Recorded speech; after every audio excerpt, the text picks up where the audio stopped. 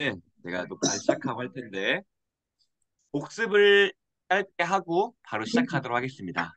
네, 복습을 하면요. 저희 복습할 내용은 29쪽인데요. 29쪽에 회계에 대해서 다시 복습을 하려고 그래요. 회계. 우리가 회계라고 했을 때에 가장 중요한 핵심은 뭐냐면 여기에 덩이에 나와 있는 대로 내 옛사람이 죽어지고 새 사람으로 내가 채워지는 게 참된 회계다라고 우리가 같이 공부를 했습니다. 쉬운 말로 얘기를 하면은 인간 김천국은 그대로 있지만 내가 24시간 중에서 제된 부분을 조금 더 덜어내고 그다음에 거기를 하나님 말씀에 순종하는 것을 태운다라고 해서 우리의 24시간이 거룩하게 조금씩 바뀌어나가는 그것이 바로 참된 회개의 모습이다라고 이야기했습니다. 이것이 참된 회개의 모습이 우리에게 알려주는 굉장히 중요한 포인트는 무엇이냐면요. 그거예요. 목사님, 제 신앙은 너무나 평안해가지고 10년, 20년 괜찮아요 라고 이야기하고 있는데 참된 회개의 관점에서 보면은 이런 신앙은 건강한 신앙일까요? 아니면은 뭔가 조금 이상이 있는 신앙일까요? 바로 이상이 있는 신앙이다라고 볼 수 있어요. 왜 그러냐? 참된 회개라는 건 뭐냐면요. 내 안에 있는 죄성을 밀어내고 하나님의 말씀에 순종하는 게 바로 이 참된 회개예요.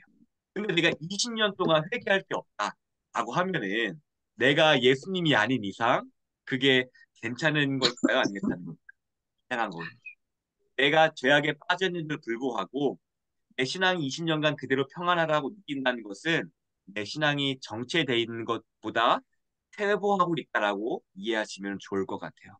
때문에 우리는 이 참된 신앙이라는 것을 통하여서 내 신앙은 그냥 그대로 평안하게 하나님 내어주세요라고 하는 게 아니라 날마다 씨름하는 거구나. 죄를 밀어내고 날마다 하나님 말씀 오늘 어떻게 더 순종할지 씨름하는 삶이 바로 이 참된 회개의 삶이고 우리의 인생이구나라는 것을 기억하면 좋을 것 같습니다. 때문에 우리의 신앙생활은요 결코 편한 게 아닙니다. 우리의 신앙생활은요 결코 그냥 잊어버리고 할 수 있는 그런 게 아니라 우리의 신앙생활은 바로 날마다 내가 옛사람이 죽고 내가 새 사람을 살기 위해서 애쓰는 거. 어제보다 하나님을 더 떠올리고 하나님을 더 사랑하려고 애쓰는 거. 이것이 바로 우리의 참된 신앙이고 참된 회개라는 것을 알면 좋을 것 같습니다. 그리고 동시에 우리는 날마다 죄를 몰아내야 되는 존재이기 때문에 교만할 수 있을까요? 아니면은 내가 스스로 죄인이라는 인식이 있으니까 겸손할까요? 김선희. 해야 되겠죠. 우리가 죄인이라는 것을 안다면요, 자연스럽게 따르는 게 바로 겸손이에요. 왜요? 나는 날마다 여전히 회개할 것이 있고, 날마다 내 인생의 부분에서, 하루 부분에서 하나님 말씀에 순종하고, 하나님을 기뻐하고 선행을 해야 될 것들이 많이 있으니까, 하나님, 여전히 저는 죄인입니다. 겸손할 수밖에 없는 거예요. 내가 이것을 이뤘다고 해가지고 내가 다윗인데 골리앗을 이겼다고 해가지고 내가 신앙의 간증이 크다고 해가지고 이렇게 해서 내가 한 번에 인생이 내 신앙생활이 끝나는 게 아니라 그것이 있은 후에도 그 다음 날엔 또 그 하루 만에 신앙의 씨름이 있는 거예요. 그 내일은 허망함과 그런 것들이 나를 게으르게 만들고 죄를 짓게 만들고 할 때 그것과 싸워서 다시 하나님 말씀에 순종하려고 애쓰는 거. 이게 바로 참된 회개이고 우리의 삶의 인생은 참된 회개의 인생이라고 생각하시면 좋을 것 같아요. 그러면은 여기서 그 질문 있으신 분 있을 거예요. 그러면 목사님, 우리의 인생이 날마다 회개하면은 재미없는 인생이 되지 않겠습니까? 우리의 인생이 날마다 회개한 인생이라면은 우리 인생이 얼마나 고달픈 삶이겠습니까? 라고 할 수 있겠지만 여기서 핵심은 뭐냐면요. 회개의 내용을 보면은 옛사람이 사라지고 하나님의 말씀이 순종해서 내가 하나님 말씀에 채워지는 거잖아요. 그것은 이꼬르 무슨 뜻이냐면은 내가 더 하나님 말씀에 맞춰져서 사랑스러워지는 거고요. 내 인생에 하나님으로 말씀을 채워지니까 풍족감을 느끼는 거고요. 내가 내 인생 가운데 하나님의 말씀으로 채워지니까 내가 더 안전해지고 불안해하지 않게 되고 두려움이 없어지고 믿음이 생기고 오래 참아지고 내 안에 사랑이 생기고 용서가 생기고 품어줄 수 있게 되고 양선이 생기고 절제와 오래 참 그 모든 것들이 충만하게 되는 거예요. 우리의 인생은 이렇게 채워지고 열매 맺는 인생으로 하나님께서 준비하셨다라는 거예요. 그런데 우리는 한계가 있잖아요. 우리의 시간은. 그래서 나쁜 것은 덜어내고 새 것을 채우는 그 방식으로 하나님께서는 역사하신다라는 것 때문에 이 탐내는 회개라는 것은 우리의 인생을 늘 재미없게 회개만 해야 되니까 힘든 인생이 아니라 결국 참된 회개는 결국 내 인생을 더 풍족하게 만드는 길이고 내가 열매 맺는 길이고 용서할 수 있는 그런 것들이 얻어지게 되는 게 바로 이 참된 회개의 모습이다라는 것을 우리가 기억하면 좋을 것 같아요. 때문에 우리 참된 회개를 하면서 어떠한 모습을 상상해야 되냐면요. 예수님의 모습을 닮은 나의 모습을 상상해 보는 거예요. 내가 남편을 품어주게 되고 내가 자녀에게 더 좋은 말을 해주게 되고 자녀가 힘들 때에 내가 소망의 말을 해주게 되는 내가 아무리 힘들어도 내가 마음이 무너져도 아 예수님은 이렇게 하겠지라는 그 모습들 상상해 가면서 아 내가 저 모습이 되면 좋겠다. 내가 저 어른과 같이 되면 좋겠다. 내가 저 예수님의 모습을 닮아서 그 어려운 가운데서도 누군가에게 소망을 줄 수 있는 말을 해줬으면 좋겠다. 그러한 모습들을 가지고 우리는 순종의 길로 나아가는 거예요. 우리의 신앙은 향방 없이 무조건 용서 하루에 한 번 해야 돼. 우리의 신앙이 향방 없이 무조건 성경 한 장씩 읽어야 돼. 그게 신앙의 성장이 되는 것이 아니라 우리가 말씀의 순종함으로 어디에 있어요? 우리의 신앙의 목표는 예수님을 닮아가는 것. 내가 아무리 하늘 옮기고 천사의 말을 하고 방언 해석을 한다 할지라도요. 내 안에 예수님 닮아가는 사랑이 없으면요. 그것을 울리는 꽹과리에 불과한 거예요. 그 방언은 쓰잘데기 없는 것에 불과하고 남을 정죄하는 죄악의 도구로밖에 쓰이지 않게 된다는 거. 때문에 우리가 알아야 되는 거, 아, 나는 이러한 것들을 통하여서 내 지향점은 예수님을 닮아가고 내 안에 사랑이 넘치게 되는 거구나. 이것이 있습니다. 우리가 이 시간들을 통하여서도 무엇이 남아야 되냐면은 예수님 닮아가야지. 예수님 사랑해야지. 예수님 붙들어야지. 예수님 말씀 순종해야지. 예수님 더 사랑해야지. 이것만 남으면은 오늘 수업은 성공한 거예요. 때문에 우리가 이 모든 시간들을 통하여서 예수님을 닮아가는데 초점을 맞출 수 있기를 진심으로 소원합니다. 그러면 우리가 예수님을 닮아가기 위해서는 어떻게 해야 될까라고 했을 때에 지난주에 잠깐 했었는데요. 또 45쪽 볼게요. 45쪽 10계명 그리고 사랑에 나와 있는 게 있는데요. 45쪽 펴볼게요. 여기에 이렇게 그림이 나와 있습니다. 이렇게 45쪽이에요. 네. 네. 그러면 45쪽에 큰 글씨로 되어 있는 10계명 동그라미, 음, 그 다음에 사랑 동그라미, 이게 바로 오늘 10계명의 공부한 우리의 핵심입니다. 무슨 말이냐? 우리가 10계명을 지키면서 그냥 계명만 지키는 것이 아니라 10계명을 지킬 때 그 안에 뭐가 있어야 되냐? 사랑이 있어야 된다라는 거예요. 이게 10계명을 올바르게 지키는 거다라는 것을 우리는 공부할 거예요. 내가 단순히 성경 읽어야지, 내 하나님만 그렇게 해야지라고 하면서 나를 체크하고 그렇게 그냥 율법적으로만 지키고 거기 떠나서 이 십계명에 진짜 지킨다는 의미는 무엇이냐면은 내 안에 사랑의 마음으로 예수님을 사랑하는 마음으로 하나님을 사랑하는 마음으로 여기에 순종하는 거예요. 이게 진짜 지키는 거구나. 이거를 공부할 거예요. 단순히 내가 십계명 지키는 게 그냥 간음하지 말라 아니면 나 외에 다른 신 섬기지 말라 그것만 문자적으로 바리새인들처럼 바리새인들이 지키는 거 진짜 잘했거든요. 그 11조도 쌀 한 톨도 지키고 그렇게 했는데 바리새인 그 마음 가운데는 하나님을 사랑하는 마음이 없었어요. 그러니까 그 십계명이 어떻게 되죠? 남들을 정죄하는 데 쓰였죠. 예수님을 비판하는 데 쓰이고 예수님 제자들을 공격하는 데 썼어요. 마찬가지로 우리가 십계명을 올바르게 쓰기 위해서 뭐예요? 우리 안에 하나님을 사랑하는 마음이 있어야 된다. 이게 굉장히 중요합니다. 그래서 십계명과 사랑은요, 같이 가야 돼요. 이게 분리되는 순간 어떻게 되냐면은 정말 그냥 몸이 건조한 그냥 껍데기만 있는 사랑이 되는 거고요. 그리고 이 사랑만 있으면요, 그냥 질서가 하나도 다 망가져 버리는 그런 사랑이 되고요. 때문에 이 십계명과 사랑이 같이 가야 올바르게 우리가 하나님 안에서 자라갈 수가 있다라는 거예요.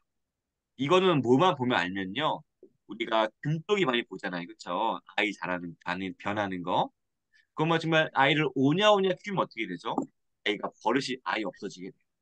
무엇이 옳은지도 모르고 그냥 내가 좋은 게 가장 옳은 거라고 생각해가지고 말 안 들으면 떼쓰고 욕하고 울고 왜요? 그렇게 사랑만 베풀었으니까.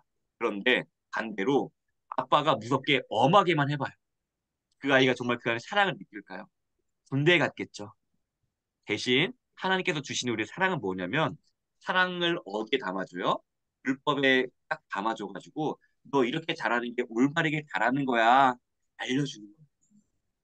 너 인생 신앙생활 할 때에 하나님께 먼저 시간을 떼놓고 그 다음에 너의 할 일을 해가는 게 너무나 중요한 거야.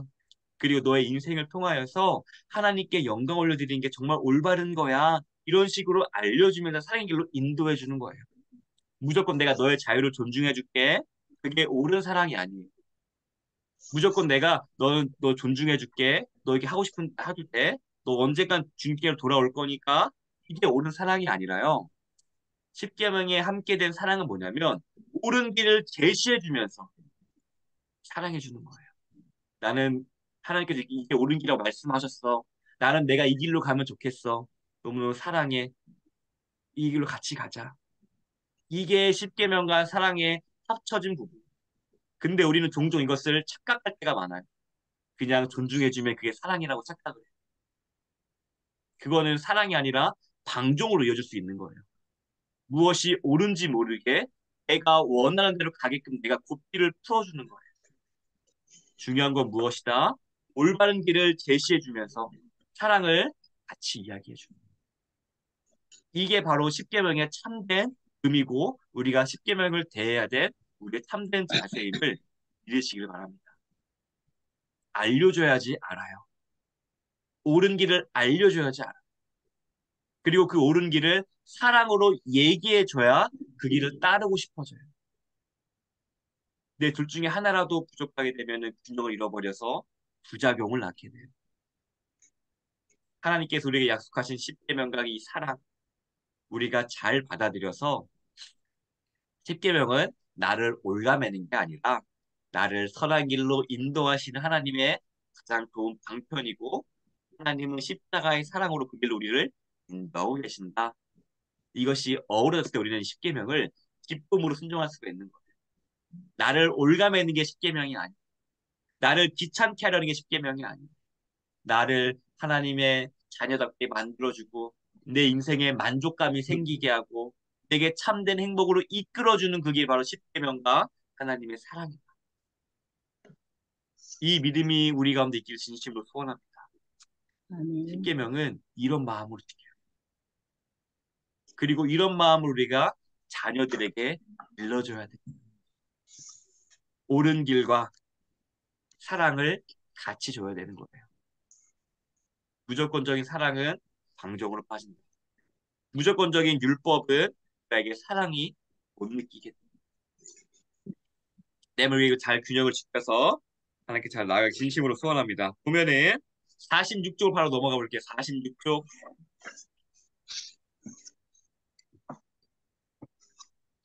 46쪽에 하나님의 율법이 무엇입니까? 나와 있잖아요. 그렇죠? 율법. 네. 거기다가 땡땡하고 세 글자를 적을 건데 뭐라고 적을 거냐면요. 십계명 적을 거예요. 십계명. 누군가가 우리 권사님과 집사님께 질문을 해요. 하나님의 계명이 뭐예요? 라고 하면은 이렇게 말씀하시면 돼요. 10계명에 요약되어 있습니다. 10계명이에요. 이렇게 얘기해요. 하나님 율법은 10계명에 가장 요약되어 있어요. 이렇게 얘기하면은 그게 정답입니다. 하나님 율법은 10계명이다라는 것을 알면 좋을 것 같고요. 그리고 보면은 하나님께서는 라고 하면서 1계명 전에 하나님께서 서문으로 붙이신 게 있어요. 그렇죠? 이것을 같이 한번 다시 읽어볼게요. 복습하는 거예요. 같이 읽을게요. 시작. 나는 하나님께서는 하나님께서는 다음과 다음과 같이 같이 말씀하셨습니다. 말씀하셨습니다. 나는 나는 너를 너를 애굽과 애굽던 종되었던 종되었던 집에서 집에서 인도하여내 인도하여는 너의 너의 하나님 하나님 여호와로다. 여호와로다. 아멘. 이게 무슨 뜻이냐면요. 하나님께서는 길 가는 사람 아무에게나 율법을 주신 게 아니에요. 이렇게 어떤 사람에게 주신 거예요? 자신이 직접 구원한 그 음, 백성에게 이 율법을 주신 거예요. 그러면 이러한 질문이 있을 거예요. 아니, 옛말에 그런 말 있잖아요. 구해줬더니, 예, 뭐 이런 거예요. 만약에 소방관이 어떠한 여인을 구해줬어요. 그러니까 소방관이 내가 너 구해줬으니까 날 위해서 살아라고 하는 게 불공평하게 느낄 수 있잖아요. 그렇죠?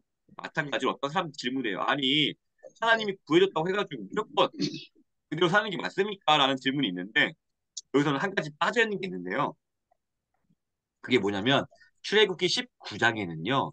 하나님께서 우리가 뭘 맺으셨냐면은 언약, 약속을 맺었어요. 어떤 약속을 맺었냐? 바로 너가 내 말에 순종하면은 나는 너를 제사장의 나라로 삼을 거야 라는 약속이에요. 이것을 오늘날 우리 인간관계로 적용하면 뭐냐면 하나님과 인간이 결혼했다라고 생각하면 돼요. 하나님은 그렇게 직접 구원하시고 그 백성을 버리지 않고 자신의 약속을 맺으면서 묶으신 거예요. 본인과 헤어지자. 결혼하신 거예요. 마치 호세아 비유를 들면 제가 가장 이해하기 쉬울 것 같은데요. 호세아와 고멜이 있었어요. 하나님께서 말씀하셨어요. 호세아 고멜, 호세아야, 저 음란한 여자 고멜과 결혼을 해라 라고 했어요. 근데 결혼했는데 애도 낳았는데 불구하고 고멜이 나갔어요. 근데 또 다른 남자의 애를 품고 노예로 팔려갔어요. 근데 이제 하나님께서 뭐라고 말씀하시냐면은 호세아 선지자야, 너 거기 가서 그 여자를 값주고 사와라.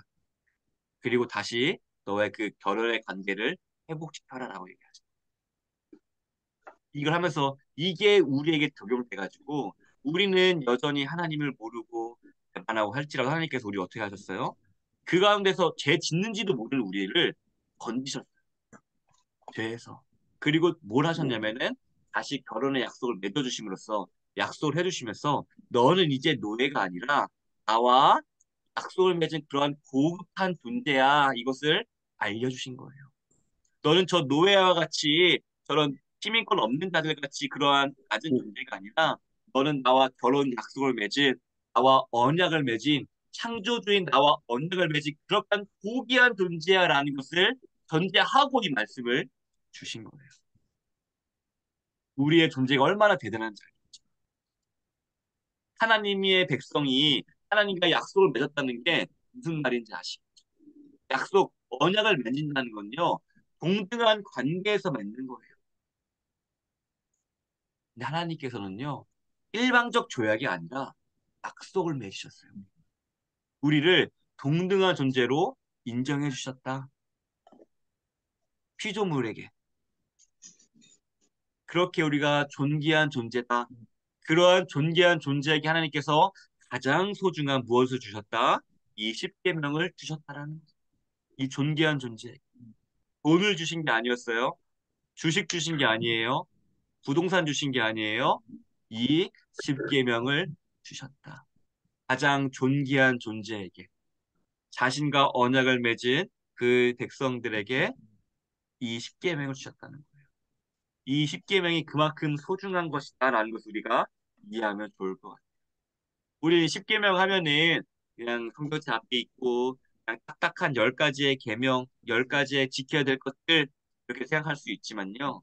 이 십계명은 하나님께서 자신의 직접 구원해오고 그리고 아내 삼아 주시고 사실 그 귀한 백성 해주신 놀라운 선물인 거예요.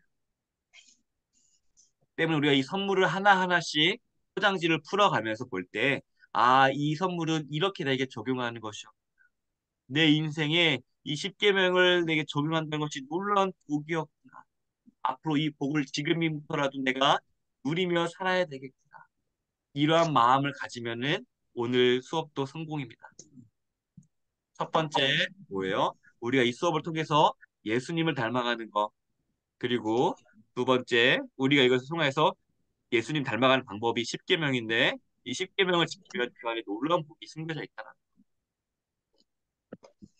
우리는 이 모든 것들을 통해서 순종함으로 예수님 닮아가는 데 꼭지점이 있습니다. 목표가 있어요. 근데 예수님을 닮아가는 과정이 뭐가 있냐? 십계명을 순종해라 있는 거예요. 이거 십계명 순종했을 때에 예수님을 닮아가는 그 모습이 보인다. 다음, 그래서 순종할 때 뭐가 필요하다? 십계명과 동그라미 친 게 뭐 있죠? 사랑. 사랑. 같이 가야 돼요. 하나님을 사랑하는 마음으로 순종했을 때에 이것이 의미가 있지. 이것만 지켜야지. 나 이거 해야지. 무조건 이거 해야지. 그것만 하게 된다면 그거는 결국 하나님을 예수님을 닮아가는 게 아니라 바리새인 닮아가는 하나의 길이 된다라는 거예요. 이것을 기억하면 좋을 것 같습니다. 그렇게 하고 하나님께서는 우리에게 그렇게 약속을 맺어준 존재다라는 것을 알았고요. 그다음에 10계명 1계명부터 10계명은요. 시간 단계상 각자가 다 오늘 아실 거기 때문에 넘어가고요. 47쪽에 10계명을 어떻게 나뉩니까? 라고 나와 있어요. 그렇죠? 보면은 여기 답을 같이 읽을게요. 두 부분으로 나뉘어서 같이 읽을게요. 시작. 두 두 부분으로 부분으로 나뉩니다. 나뉩니다. 처음 처음 부분은 부분은 하나님에 하나님에 대한 대한 우리의 우리의 태도를 태도를 가르치며 가르치며 둘째 둘째 부분은 부분은 이웃에 이웃에 대한 대한 우리의 우리의 의무를 의무를 가르칩니다. 가르칩니다. 여기서 동그라미, 하나님에 대한 우리의 태도 동그라미, 그리고 그 밑에 줄, 이웃에 대한 우리의 의무 동그라미, 네. 십계명은 우리에게 뭘 가르치냐면요. 너가 하나님을 어떻게 대해야 되는지 이거에서 얘기하고 있어요. 마음가짐에 대해서 얘기하는 거예요. 그 마음가짐 핵심 뭐예요? 사랑하는 거예요. 그리고 두 번째, 이웃에 대해서 우리의 의무라고 얘기하고 있어요. 이게 포인트입니다. 해도 되고 안 해도 되고 그 정도 수준이 아니라 의무라는 거예요. 의무, 해야 되는 거, 마땅히 해야 될 것들. 왜요? 어떤 거에 대한 의무예요? 하나님의 백성으로서에 대한 의무를 지켜야 한다라는. 근데 이 의무라는 게 그냥 아무런 그 격이 낮은 사람에게 주어질까 아니면은 격이 높아지는 사람에게 주어질까? 법이 거지한테 높아지는 의무가 있을까요? 왕한테 의무가 있을까요? 왕이 왕이 그쵸, 왕이죠. 거지나 막 사는 사람들에게는 의무가 없어요. 근데 왕이나 품격이 높은 귀족들, 하나님의 자녀, 이러한 존귀한 존재들에게는요, 의무라는 게 있어요. 그 인생에 대한 책임을 지는, 그 위치에 대한 책임을 지는 존재가 바로 우리다라는 거예요. 왜요? 우리는 그냥 하나님의 백성이 아니라 하나님과 약속을 맺은, 하나님과 결혼한 하나님의 백성인 거예요. 하나님께서도 마찬가지로 자신의 피조물들에게 하나님이 태양을 계속 있게 하고 숨쉬게 하고 만물을 창조하신 것을 보존하시는 의무를 지키시는 것처럼 우리 또한 하나님과 약속을 맺은 자로서 이웃에 대해서 적어도 그들을 위하여 사랑을 하고 지키고 하는 최소한의 의무를 지켜야 되는 것이 바로 우리 하나님 백성의 그러한 품격이다라고 이해하시면 좋을 것 같아요. 그냥 우리는 의무를 보면서 아, 우리 하나님은 왜 이렇게 날 힘들게 하시나라고 하는 게 아니라 아, 우리가 품격 있는 존재구나. 이 하나님의 백성이라는 것이 그냥 주어진 게 아니라 아, 정말 품격 있고 존귀한 존재이구나. 이것을 확인하면 좋을 것 같아요. 우리의 존재는 우리의 구원은 결코 가벼운 게 아니에요. 우리가 그냥 하나님 예수님 믿어가지고 너무나 자연스럽게 믿고 편하게 예수님을 구원을 믿는 것 같지만 이것은 결코 가벼운 것이 아니다. 그것을 지금 이 의무라는 단어가 간접적으로 알려주는 거예요. 당신의 존재는 대통령과 귀족과 같은 것보다 더 존귀한 자로서 의무한 것이 그게 하나님께서 당신에게 기대하는 바입니다. 무슨 말이에요? 서로 결혼했으니까 바라는 바가 있을 거 아니에요, 그렇죠? 내 남편에게 바라는 것들, 내 아내에게 바라는 거 결혼했으니까 같아졌으면 좋겠고 해줬으면 좋겠고 하는 그러한 것들, 서로 닮아가려고 하는 것들, 그런 기대가 있을 거 아니에요. 하나님께서 그걸 우리에게 요구하신다. 그리고 우리는 그것을 순종하고 따른다. 우리가 이것을 알면 알고 순종하는 쪽으로 우리의 마음을 계속 틀어가면은 좋을 것 같습니다. 네, 이게 넘겨가지고요. 50쪽 볼게요. 50쪽.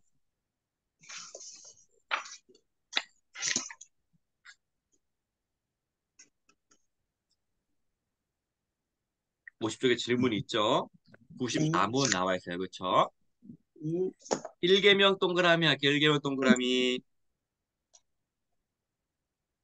그리고 밑줄 그을 거예요. 하나님께서 요구하시는 건 밑줄.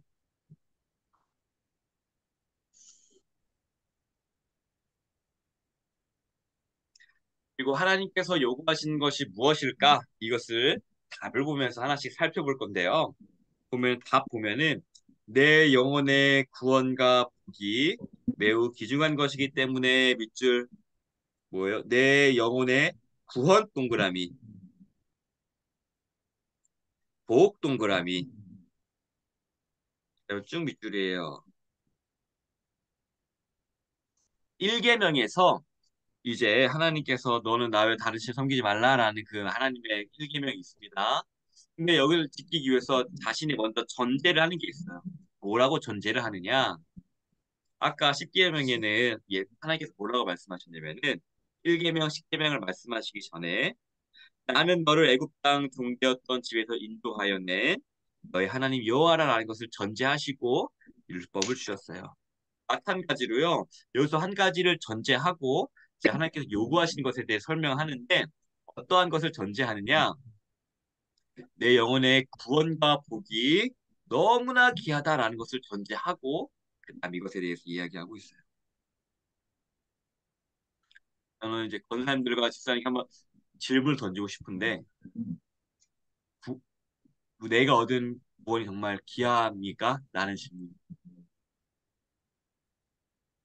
정말로 권사님들께서는 집사님께서는 내가 얻은 구원을 예수 그리스도라는 복을 정말로 복으로 여기고 있습니까? 아멘. 이 질문이 네, 아멘이 하셨기 때문에 그 다음으로 넘어갈 수 있을 것 같아요.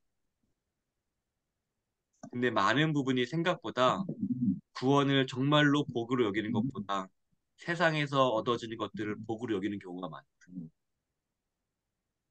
그리스도를 복으로 여기는 것보다 교회 안에서 얻어지는 그러한 인간관계나 친밀함이나 그런 것을 복으로 여기는 분이 많이 계셔요. 근데 여기 계신 권사님들과 집사님께서는 내 오늘 구원과 복이 소중하다고 말씀하셨기 때문에 너무나 감사하고 또한 그렇기 때문에 그 다음 구절로 넘어가 보도록 하겠습니다. 보면은 내 구원과 복이 너무나 소중해요. 하나님께서 주신 게 너무나 소중해요. 그렇기 때문에 내가 이 구원을 흘려버리지 않기 위해서 어떻게 할 거냐라고 하는 게 바로 하지 않을 것, 뭘 하지 않냐면요. 우상 숭배하지 않고요. 마술과 뭐 타로 카드 같은 거 하지 않고요. 성인이나 다른 피조물, 부처님, 하나님 도와주세요. 아무나 도와주세요. 그렇게 하지 않고요. 그걸 피한다고 얘기해요. 그러면은 나 외 다른 신 섬기지 말라는 것을 하지 말라는 것이 우상 숭배, 미신, 점, 굿 모든 것들이에요. 그렇죠? 그러면은 나 외 다른 신 섬기지 말라고 했을 때에 순종해야 될 건 무엇이냐? 보면은 첫 번째 바로 보면 더 나아가 하나님을 바르게 알고 신뢰하고 복종하고 사랑하고 섬긴다는 것. 즉, 내가 이 1계명을 잘 지키기 위해서는 내 구원이 너무나 소중해요. 이게 먼저 전제가 있어야 돼요. 그럼 내가 이 구원을 소중하기 때문에 이 구원을 아끼기 위해서 뭘 할 것이냐? 구원을 아낀다는 것은 무엇이냐면은 하나님과 지속적인 관계를 갖겠다는 뜻이에요. 구원이라는 거지. 그쵸? 구원이라는 것은 하나님과 연결되어 있는 것이고 하나님과 적극적인 관계를 갖겠다는 게 구원입니다. 그래서 그렇게 하기 위해서 뭘 하겠냐고 했을 때에 우상 숭배를 안 할 거다 하고요. 그리고 본인이 뭘 할 것이냐면 하나님을 알아가고 순종할 거다라고 얘기했어요. 그러면 우리가 아까 얘기했던 거 잘 돌아봐요. 처음 했던 거 회개의 내용과 좀 비슷하지 않나요? 참된 회개랑. 그쵸? 참된 회개의 내용이 뭐였죠? 옛사람이 죽어지고 새 사람으로 있는 거였어요. 그쵸? 마찬가지로 여기서도 내가 내 구원이 너무나 소중하기 때문에 옛사람, 내가 미신, 점, 못 거 그게 죽어져요. 그쵸? 그리고 새 사람 뭐예요? 하나님을 바르게 알고 그를 신뢰하고 하나님 사랑하고 섬기는 것들로 채워지고 뭔가 일맥상통하죠. 그쵸? 그리고 우리의 신앙생활이 바로 이런 거다라는 아, 내가 옛것이 죽어지고 죄가 죽어지고 하나님으로 채워지는 삶, 하나님과 연결되는 삶, 이것이 우리의 하나의 신앙의 모습이다라는 거. 하지 않고 하는 것. 때문에 우리가 굉장히 중요한 게 뭐냐면 신앙이라는 것은 두 가지가 함께 가야 됩니다. 첫 번째, 하지 않는 거, 소극적인 거, 최소한 이걸 하지 말아야지. 근데 하지 않는 걸로 끝나는 게 아니라 적극적 다른 걸로 채워야 돼요. 내가 죄를 짓지 않는다고 해가지고 그 시간을 비워놨어요. 근데 그 시간을 하나님의 것으로 태워놓지 않으면은 또 다른 죄의 모습이 얼굴로 딴거 바꿔가지고 그 죄를 차지한다는 얘기예요. 때문에 내가 이것을 비워냈다면 죄를 미워했다면 그 자리를 하나님의 것으로 채워야지만 이게 온전하게 내가 회개하고 하나님께 더 나아가는 것이다 라는 것을 알면 좋을 것 같아요. 아, 비워서 끝나는 게 아니라 하나님으로 채워야 되는 비웠다고 안 했다고 손 털고 끝나는 게 아니라 하나님의 것으로 채워야 하는 이게 굉장히 우리에게 반복적으로 주는 포인트 요소예요. 너를 주로 채워라. 하나님의 말씀으로 채워라. 죄의 모습을 밀어내고 죄를 미워하고 그 자리에 하나님을 사랑하는 마음을 심어라. 그러면 그 결과 어떻게 되느냐? 맨 그거 94문 답의 밑에서 세 번째 줄 그러함으로 보이시죠? 네, 이거 다 같이 읽어볼게요. 시작. 그러함 그러함으로 지극히 지극히 작은 작은 일이라도 일이고 하나님의 하나님의 뜻을 뜻을 거스르고 거슬러 행하기보다는 오히려 오히려 모든 피조물을 포기합니다. 이게 무슨 말이냐? 내가 아무리 작은 거라도요. 하나님이 최우선순위가 된다는 거예요. 예를 들어서 내가 이번 눈 한 번만 딱 감아서 우리 아이가 주일날에 계속 주일 빠지고 학원만 다니게 되면은 만약에 뭐 1등급이 보장됐어. 근데 그걸 알지만 난 하나님을 더 사랑하기에 모든 피조물을 포기한다는 게 아, 맞아. 하나님보다 나는 학력도 포기할 수 있어. 하나님을 택할 거야. 내가 하나님을 사랑하기 때문에 내 자존심보다 그걸 택할 거야. 학력 누가 만들었을까요? 돈이 피조물 만들어진 거잖아요. 그렇죠? 학력도 만들어진 거예요. 인간도 만들어지고 인간으로 비롯된 인간 관계나 과학 기술이나 이 집 부동산이나 돈 모든 것들 만들어진 거예요. 이것도 포기할 수가 있다라는 거예요. 뭐예요? 하나님의 뜻에 거슬리는 지극히 작은 거. 근데 이것을 행하기가 너무나 어렵다는 얘기입니다.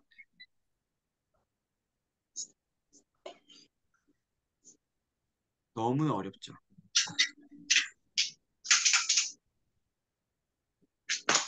우리가 이 1계명을 회복하는 우리가 되었습니다. 우리 한국 교회는요, 일계명이 너무나 많이 무너졌어요. 왜 무너졌냐? 정권과 타협하면서 정권에게 옹호해주는 얘기를 하고 땅 부지를 제공받고 세금 혜택을 받고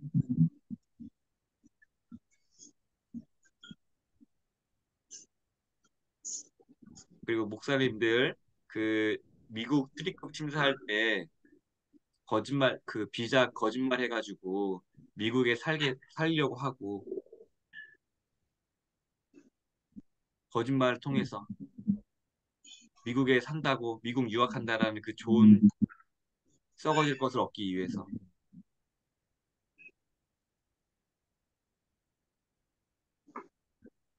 내가 하나님의 신앙을 자녀들에게 포기하고 주일에 뭐 하는 것이 당연하게끔 아이들에게 인식을 시켜주고 아이의 성적을 위해서 아니면 가족의 평화를 위해서 주일날에 빼가고 어디 나가는 것들을 하나님 우선시하는 것보다 그러한 풍토를 내가 문화를 우리 가정 가운데 끌어오고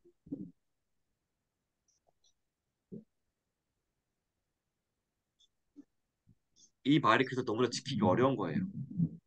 그러함으로 지극히 작은 일이라도 하나님의 뜻을 거스려 행하기보다는 오히려 모든 피조물을 포기합니다.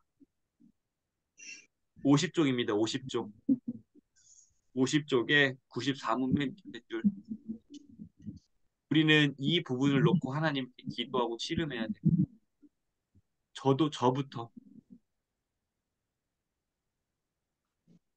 저부터 하나님이 아니라 지금 세상 것과 붙잡고 막 이러고 있어요.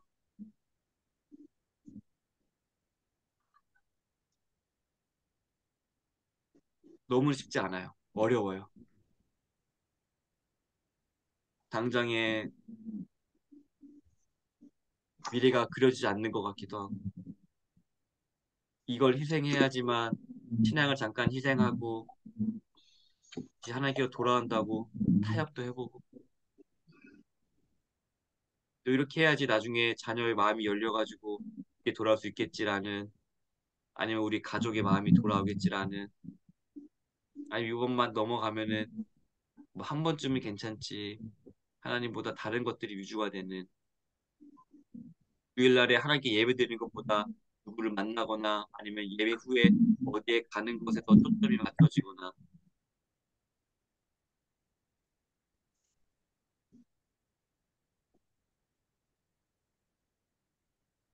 하나님을 최우선순위로 한다는 것은 굉장히 어렵다. 쉽지 않아요.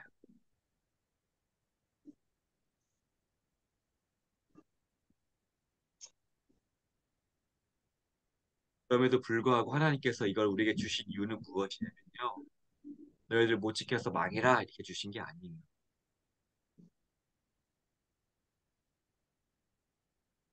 먼저 예수님께서 우리의 이 사랑을 보여주셨거든요.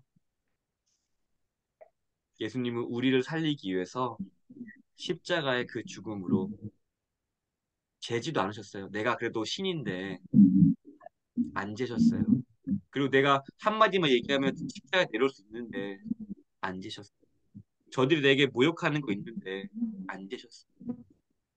그런 것들을 다 내려놓고 우리를 위해 우리를 최우선순위가 되어서 우리 위해서 뭘 하셨죠?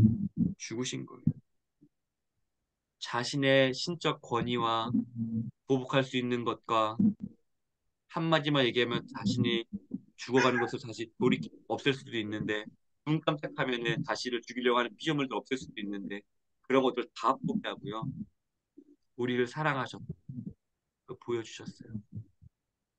그러면서 우리에게 이제 이것이 십계명이 얘기하는 게 뭐냐면 내가 너희를 사랑했다. 이렇게들 너희도 따가는 마음으로 따라와라. 본을 보여주시고 이 지향점을 주신 거예요. 너가 인생 살아갈 때에 이 목표를 가지고 살아와. 같이 만들어 가자. 같이 사랑하자. 넘어지면은 기도하고 다시 와서 사랑하자. 그거를 성경적인 말로 뭐라고 표현하냐면 성화라고 표현해요. 성화 뭐예요? 거룩할 성, 화. 거룩하게 되는 과정이라는. 하나님께서 우리가 가야 될 그 최고의 지점을 보여주신. 너가 이 지점까지 와야 돼.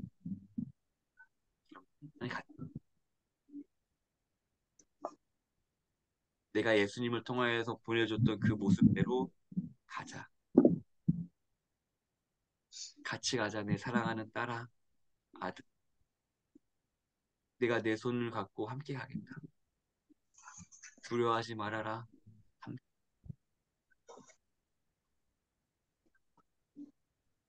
우리에게 이런 약속을 주시는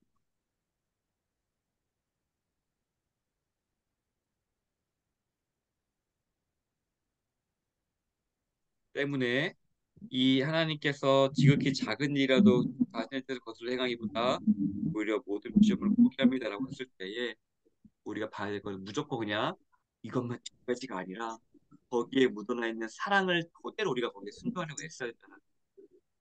나를 위해 죽으신 예수님의 사랑을 생각. 그냥 율법만 지켜야지가 핵심이 아니라 먼저 나에게 보여준 그 사랑. 아, 나도 그 사랑에 순종하여서 하나님 사랑해. 그 마음, 그 마음이 있으면은 나머지는 하나님께서 알아서 우리를 하시고. 이게 굉장히 중요합니다. 그래서 51쪽 볼게요. 51쪽에 10계명과 사랑 동그라미 이렇게 그림이 있죠, 위에. 51쪽 위에 10계명. 10계명은 뭐예요? 사랑.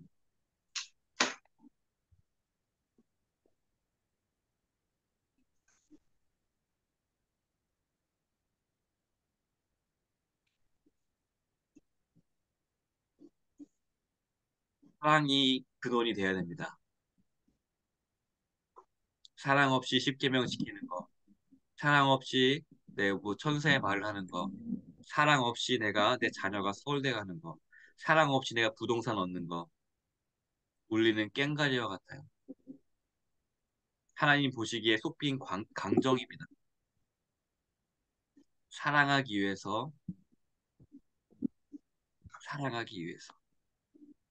천사의 방언도 해야 돼요. 사랑하기 위해서. 우리의 자녀가 하나님 앞에 올바른 생활 습관도 가져야 돼요. 사랑하기 위해서. 내가 십계명을 지켜서 하나님께 영광 올려드리고. 사랑하기 위해서. 예수님 닮아가기 위해서. 내가 자녀를 좀 더 잘 사랑하기 위해서 십계명을 따라. 그게 자꾸 반복인 거예요. 근원은 사랑이다. 사랑 없이는 안 되는 거예요. 그래서 요한일서에 하나님은 사랑이시다라고 얘기하는 게 바로 그거. 사랑. 사랑 없이면 안 된다. 그 우리는 없으면 기도해야 돼. 하나님 사랑 주십시오. 내 마음을 찢어서라도 주님 이 죄인의 마음에 사랑을 부어 주십시오. 나의 힘으로는 사랑할 수 없으니 하나님 내게 오셔서 사랑의 마음 부어 주시고 나를 통하여서 사랑을 행하여 주십시오. 사랑이 있어야 합니다. 이 사랑으로 말미암아 예수님의 모습을 닮아갈 수 있는 저와 여러분 되기를 진심으로 소원합니다. 54쪽 볼게요. 54쪽. 이제 거의 마무리 다 됐습니다. 조금만 보면 돼요. 54쪽. 54쪽 첫 번째 줄에서 첫 번째 단락의 끝에서 세 번째 줄, 아니, 위에서 세 번째 줄 끝에 부분입니다. 하나님에 대한 지식은 보이시죠? 네. 네, 그걸 같이 읽어볼게요. 시작.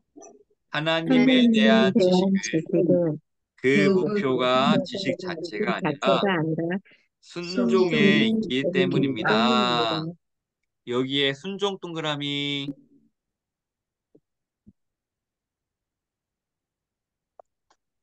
하나님에 대한 지식은요. 지식 자체가 중요한 게 아니라 뭘 해야 한다는 거예요? 순종. 그죠?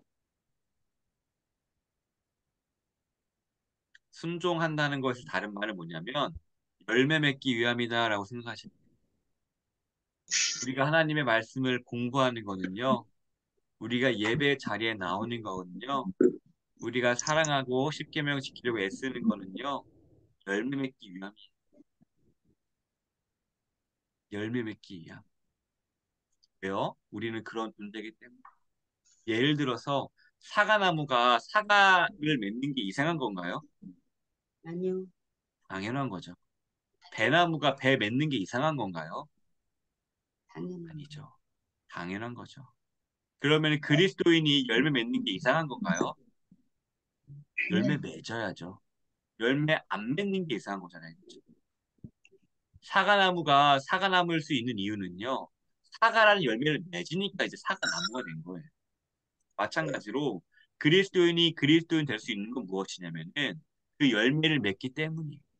그 열매를 보고 아, 내 하나님 자녀고. 그래서 예수님 말씀하시잖아요. 열매로 알리라.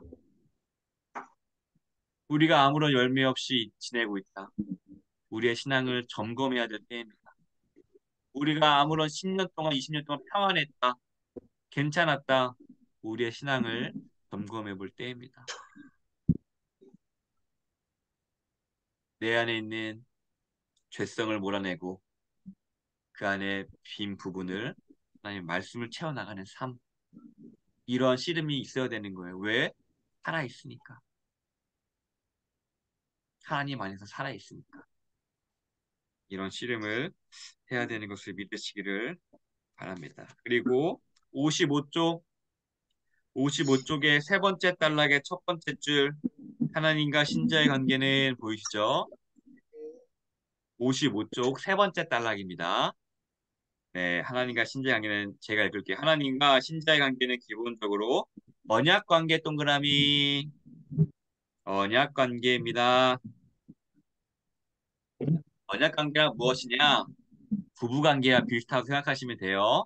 약속 맺은 관계에 서로 묶였습니다. 때문에 제가 제 아내에게 너 다른 남자 만나지 마라고 이야기하는 게 이상한 건가요? 제대로 된 건가요? 제대로 된 거죠. 그렇죠. 그 정상이죠. 그렇죠. 제 아내가 저에게 다른 여자 만나지 마라고 얘기하는 게 비정상인가요? 정상인가요? 정상이죠. 정상이에요. 마찬가지로 우리는 하나님과 언약 관계로 부부 관계 맺은 거예요. 하나님께서 우리에게 뭐라고 하는 거 비정상인가요? 정상인가요? 정상이죠. 정상이에요. 내가 질투한 하나님이다라고 얘기하는 거 비정상인가요? 정상인가요? 정상이죠. 정상인. 왜요? 우리 서로 사랑하기로 약속했잖아요. 언약 맺었잖아요. 당연한 거예요. 우리는 그러한 존재라는 거예요. 창조주 하나님께서 우리 언약을 맺어주셨다. 같은 급으로 올려주셨어요. 다른 피조물보다 다르게. 그래서 인간이 특별한 거예요. 그게 우리예요. 하나님께서 약속을 맺어주신 유일한 족속, 인간 하나님의 자녀. 우리 그렇게 품격 있는 자들이, 품이 있는 자들. 그래서 의무도 있다. 그렇죠? 십계명 의무 있었죠. 그렇게 우리가 알면 좋을 것 같고요. 그리고 56쪽 그림 보이시죠? 이 그림.